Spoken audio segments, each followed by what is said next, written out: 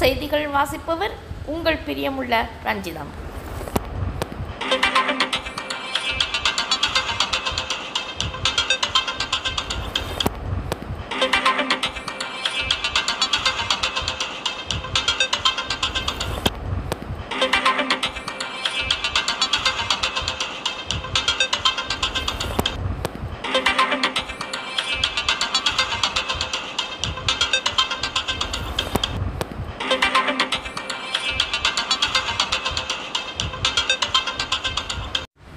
சந்திரபாபு நாயுடு மீது பரபரப்பு குற்றச்சாட்டு.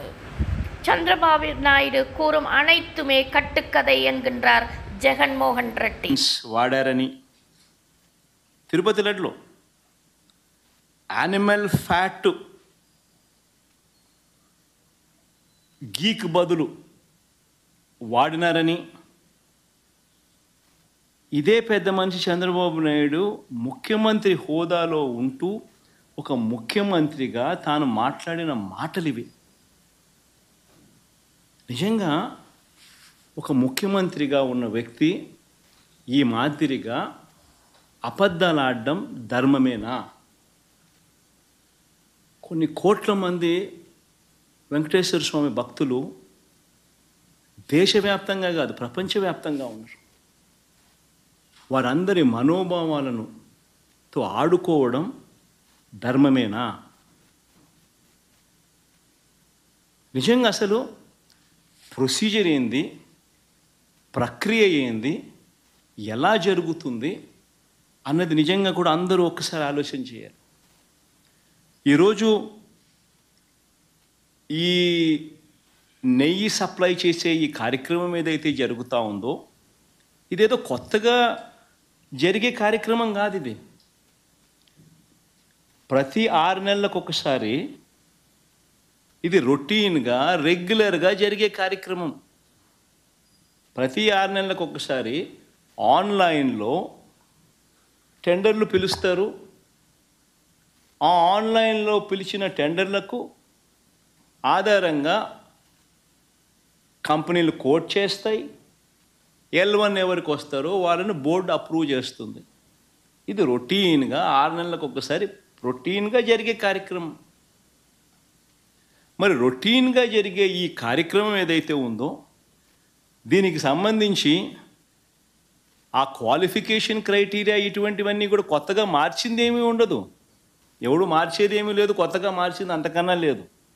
ఎప్పటి నుంచో జరుగుతున్న ఈ క్వాలిఫికేషన్ క్రైటీరియా తిరుమల తిరుపతికి సంబంధించిన వెంకటేశ్వర స్వామికి సంబంధించిన లడ్డు అనేది ఎంత ప్రసిద్ధి కాంచిన లడ్డు అంటే దానికి సంబంధించిన లడ్డు తయారీలో వాడే ఈ నెయ్యి కానీ వాడే ఇంగ్రీడియంట్స్ కానీ ఇవన్నీ కూడా దశాబ్దాలుగా జరుగుతూ ఉన్నాయి. ఇవన్నీ ప్రొక్యూర్మెంట్ ప్రాసెస్ అనేది ఇదేం కొత్తగా ఎవడు వచ్చి చేసేది ఏమీ లేదు, ఎవడు కొత్తగా దాంట్లో ఏలు పెట్టేది లేదు.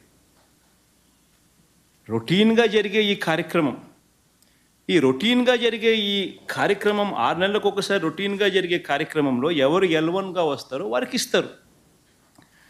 మరి ఎవరు సప్లై చేసినా కూడా మరి ఎవరికి L1గా వస్తారు, ఎవరు సప్లై చేసినా కూడా వాళ్ళు ప్రతి ఒక్కరూ కూడా వారు సప్లై చేసిన ప్రతి ట్యాంకర్తో పాటు వెరీ ఇంపార్టెంట్ ఈ పాయింట్, వాళ్ళు సప్లై చేసిన ప్రతి ట్యాంకర్ நெய்தோ.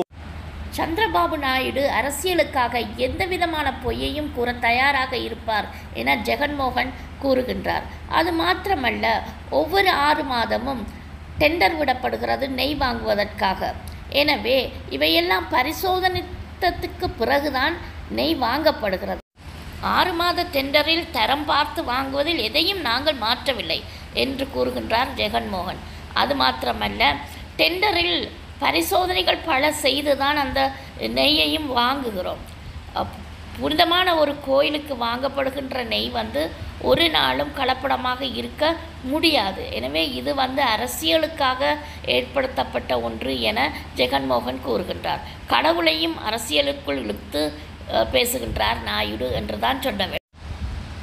எனவே இவ்வாறான மிகப்பெரிய பிரசித்தி பெற்ற ஒரு கோயிலில் கலப்படத்துக்கு இடம் இல்லை என்று ஜெகன்மோகன் கூறுகின்றார். எனவே நாயுடு கூறியது மிகவும் பொய்யான ஒரு கருத்து என ஜெகன்மோகன் அடித்து கூறுகிறார். ஒவ்வொரு டேங்கரில் வரும் நெய்யும் NAPL சான்றிதழ் இருந்தால் மட்டுமே அனுமதிக்கப்படும் என்று கூறுகின்றார் ஜெகன்மோகன். கடவுளை வைத்து அரசியல் செய்வதை விட நேர்மையாக அரசியல் செய்துவிட்டு போகலாம் என்கின்றார் ஜெகன்மோகன். இந்த நாயுடுவால் கூறப்பட்ட கருத்துக்கள் அனைத்தும் பொய்யானவை எனவும் நம்பக்கூடியது அல்ல என்றும் மிருக கொழுப்பு லட்டுகளில் சேர்க்கப்பட்டது என்று சொல்லப்பட்டது பிழையான ஒரு கருத்து என்று ஜெகன்மோகன் கூறியிருக்கிறார்.